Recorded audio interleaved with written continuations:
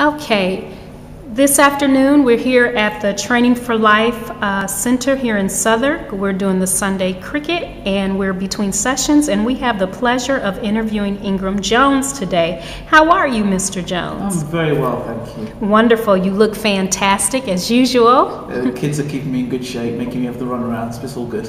Wonderful. So we're going to do a brief video with you, just really try to find out more about this wonderful initiative that you're doing here in Southwark and some other things we want to talk about today. But first of all, tell us a little bit about Baylor, its mission, vision, and how did it come about? Well, I've been coaching for almost 12 years now in cricket. I've had the pleasure of coaching at Lord's, which is the home of cricket. I started off as a coach for Middlesex, worked with Middlesex, and went to Australia, developed more things, more talent through that. Spent 3-4 years, in fact, working at a cricket club called Little Marlow. During that time, I was also working at other venues, developing my skills and profiling myself as a cricket coach, and had a lot of success from that. So I thought, well, I'm having success in coaching all these kids and coaching all these teams. I've got this winning formula. Why not bring that winning formula together with my sort of experience in cricket? So the Bayloric idea is about going into communities and providing opportunities for young people to play cricket. But it's more important than that. It's about going into communities and giving not only the young person an opportunity to discover their own talent, but for that parent as well to come along and get themselves involved in cricket. So yeah, that's kind of what it's been. I've been on a lovely journey with it, a fantastic journey. I've met some wonderful people along the way. And this is why I'm here today. Okay, so how did you come up with the name Bayloric? It's a very interesting name. You know, what does it mean? I got asked a question a long time ago, and the name Baylor itself was meant to mean somebody that was somebody who delivered, somebody who came up with the goods. And I wanted to come up with something just a little different. I could have said Ingram's cricket coaching, but I was a bit naff, so I thought Bayloric. So Baylor meaning someone who delivers, comes up with the goods all the time. I also heard that Baylor means sheep shearer, so don't know. But the term Baylor for me means somebody, as I said, who comes up with the goods, successful, always delivers, consistent.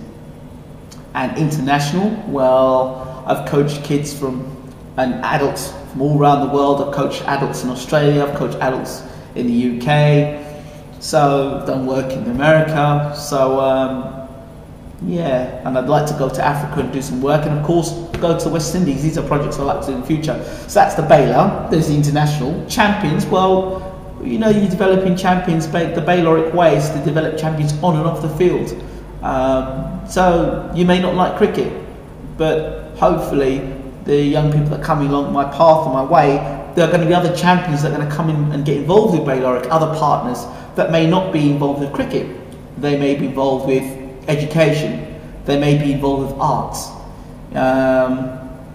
they may be involved with media, you know, but we're just trying to get the champions from different areas of life and bring them together, and Bayloric is just going to be try and be the umbrella for all these other champions from all these other areas to come together, so we can signpost those young people and give them the opportunity. And obviously the parents that may want to get themselves involved, they may want to, don't know, they want to do things and be a photographer or whatever. But it's just the idea of being able to get that community spirit together. Okay, you talked about Baylor meaning to deliver the goods. What are the goods? The goods? Well, to ensure that each and every time you're working with that champion, that young person, that you're able to send a consistent message that they are a champion, and that through following various steps and guides and certain bits of wisdom, knowledge and understanding, they're able to implement that in their lives. So, you know, the simplest thing like turn up to the cricket ground on time for a game is very important, because if you don't turn up to the ground on time, you know, the bus could leave you if we're leaving to play an away game.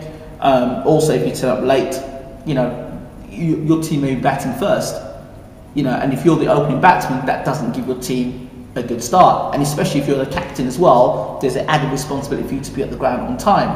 Now we take that outside of the cricket realm, that's being a champion on the field. Being off the field now, turn up to a job. Now, if you turn up to a job late as well, that doesn't help. So we try and encourage, you know, to be disciplined in all areas. Okay, why cricket? Why cricket? Yes. Well, it just so happens that this wonderful game, my father was an influence, a great influence. One day he wanted to teach me what cricket was about. The West Indies were then a dominant force in world cricket. And one day I was in the park and my dad said to me, Ingram, here's a bat, I've got a ball. You've got to stop me from hitting the stumps. So he bowled the ball. It was a cork ball, and I had no helmet on it because we didn't have that stuff. We didn't have a helmet. All we had was like a milk crate as a stump against the football posts. My dad would bowl the ball, and if it hit you, tough luck. Well, I accepted that, and the ball hit me. Hit a piece of stone, hit me in my lip, and the blood started coming out of my mouth. My dad turned and he walked away, and that was probably the best thing he did. He walked away. He said to me, "You have a bat, I've got a ball. Defend it." And the next ball went for 4, and for that I said either one of two things: either I want to be one of the best players in the world, or I want to establish myself as being one of the best coaches in the world. So here I am today on that journey. Okay, so what drives you? What ignites your passion? Various things at different levels. When I first started at coaching, I was told, you know what, you can learn these skills as a coach, but you're never going to win. You're not going to win anything. That was the first, and that was one of the coaches I was assistant to. He said to me, "Yeah, you can learn, you can do your coaching, get your level 1, but you're never actually going to go and win anything." But surprisingly, that year there was a tournament, schools tournament in Hackney, and there was 32 schools that took part, and the 2 finalists were the 2 teams that I coached. So. Out of 32 teams, the 2 teams got through to the final, 2 teams I coached, and that team went on and played at Lord's. So 2003 was my first success as a cricket coach, and it led from there. So. Okay, how did you feel in 2003 when absolutely, that was a great feeling. So you're talking about reasons, things that ignite me. So being told I couldn't do it, that was the first thing that ignited me. The other thing that ignited me was, you know, it's always the impossible. You turn up to a team that's not winning anything, and then you come in and you're trying to make a difference. I went to one particular school and they'd lost 8 games on a bounce, had never won a cricket match. They were the laughing stock of the borough. I went in, changed a few things, got the team working together as a unit, and we ended up winning. We were undefeated in the indoor tournaments. And then we went with that title, we went to defend that title and won a new title at the home of cricket at Lord's. Mm-hmm. So that was fantastic. And out of it, one of the kids at school that was, you know, he was being bullied because of his size, and they said, "Oh, gun and ways on the side," he ended up hitting the winning runs. Mm-hmm. So that was a fantastic story. And he came up to me in the middle of school, said to me, "Hey, coach, thank you so much. I've got so many kids are respecting me now in school," and his little medal, and he walked around the school with it. And you know, he became a little hero in the school because of that. So cricket does have a tremendous effect in the community. So it's for me, things like that, stories like that are amazing. Of course, and successes. To see a child move from being, like I met one child's named Zain, 10 years old, young cricketer from Pakistan. When I knew him, he could only see yes sir and no sir. And I said to him, "Son, just follow me," at primary school. Like, that boy stood diligently. I had to move to 2 clubs as I was developing as a cricket coach. He followed me. From being just playing at school, he represented his district. He's now playing county cricket. And he played county cricket a year under, so he's under 14s. He was 13, he was 12 playing under 14s cricket. So his talent was amazing, phenomenal. So now he's 15 or 16 this year, and he's going to be part of Baylor and helping doing the development work with younger kids. It's a fantastic story. Wonderful. You said that you have been doing what you're doing for over 12 years. What have been some of the challenges on your journey? I think the challenges, I think being given credit. When you go from area to area, having success. I mean, and everywhere you go, you're creating champions. You're making a difference. You're signposting kids, and it's not just about all kids playing cricket, but it's kids developing, kids getting the opportunity to see their potential. At home, they might not have that. They may not have the backing that, you know, not every parent may back their child the way that we may feel, or that child might not feel supported. But they can be guaranteed when they come to the club, that becomes their home. And rather that become their home than the street become their family. Because we know when kids use the street as their family, it doesn't end up as a good story.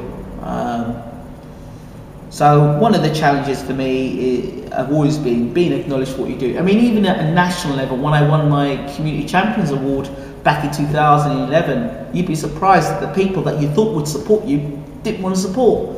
So just being acknowledged for what you do, and I'd say that's the biggest challenge. And of course, people being understand where you're coming from. But yeah, they've been the challenges. But you know, for me, I don't focus on the challenges. My mind is about, I know what I can do, I know what I'm capable of. My track record speaks for itself.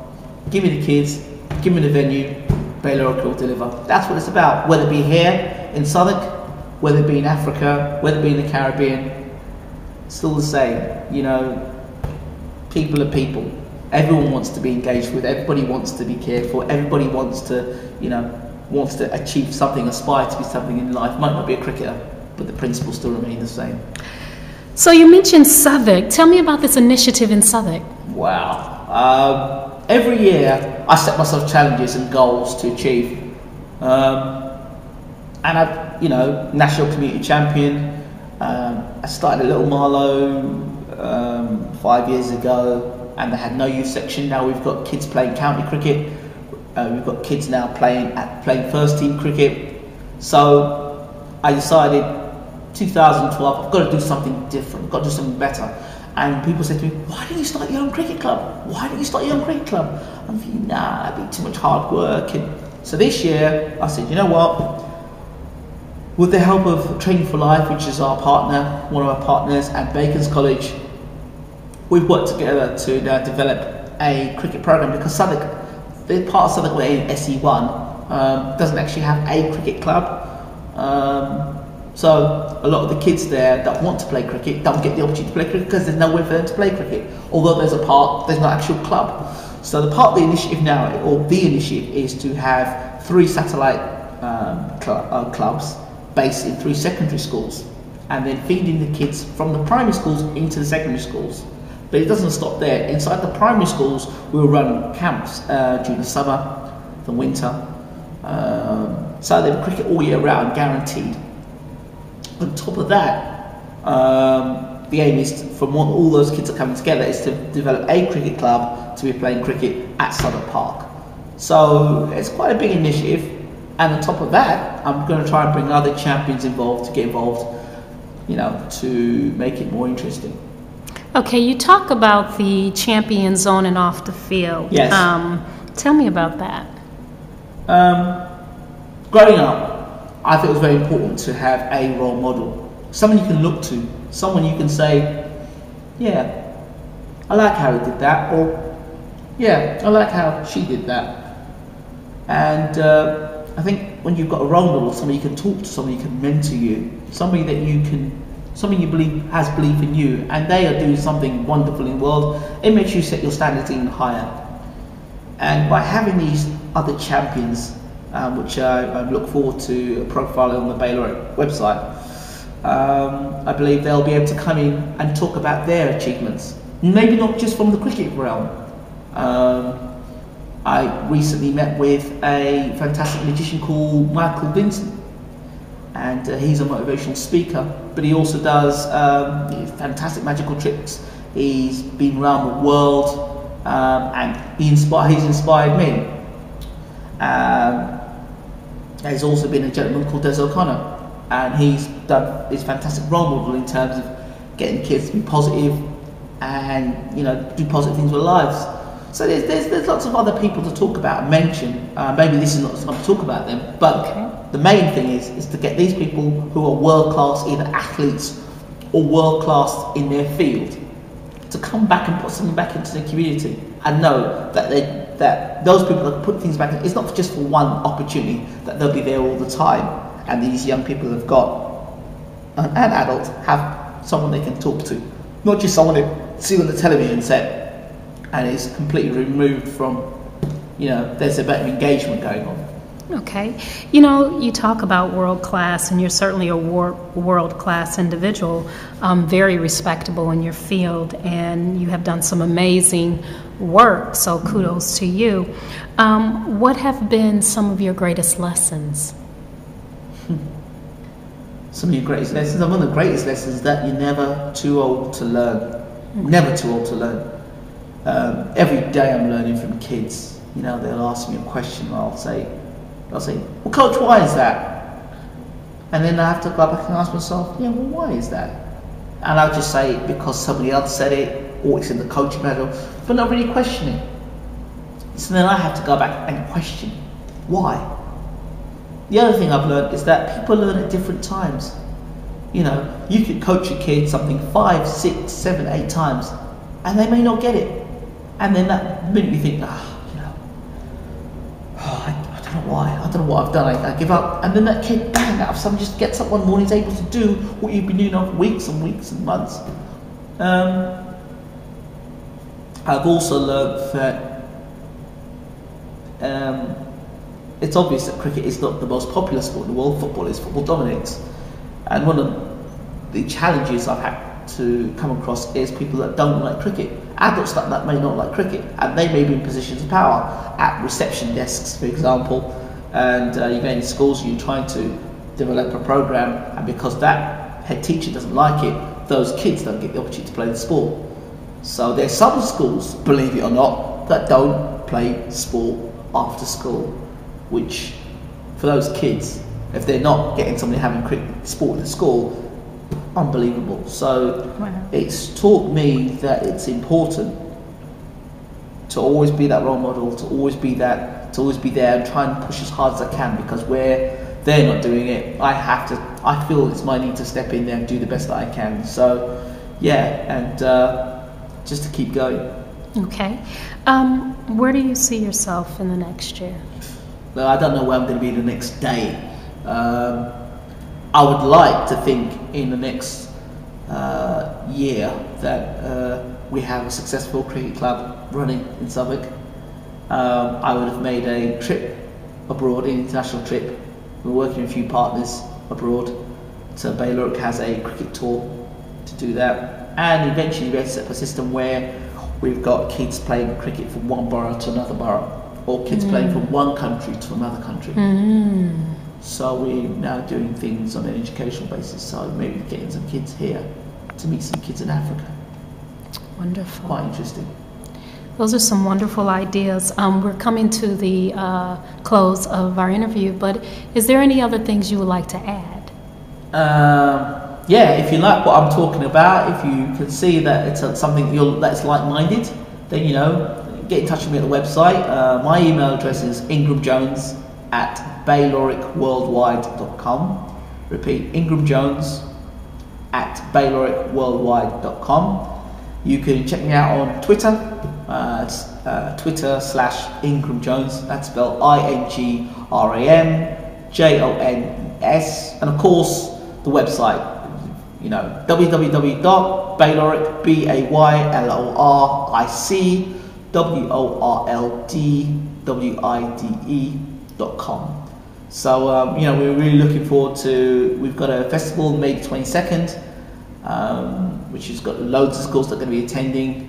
So that's a big thing for me. We're about to go on the Bayloric tour of all the schools at Southwark. That's going to be fun.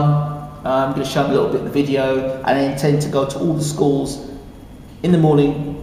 Very short video, I think it's about 5-6 minutes. I'll show them the Bayloric video, and then after that we're going to blitz every class, let them know about cricket. And the next thing about that is that we're not just going to do cricket in the community for a week or 2 weeks or 4 weeks. We're going to be there, and we're going to stay there. We're going to make sure that there's continuity. So it's a sustainable project, unlike some projects that just come, they do 4 weeks and they leave. We intend to be sustainable at Bayloric. Wonderful. Thank you so much, Mr. Jones, and you have a wonderful day. Thank you very much. Thank you. Okay.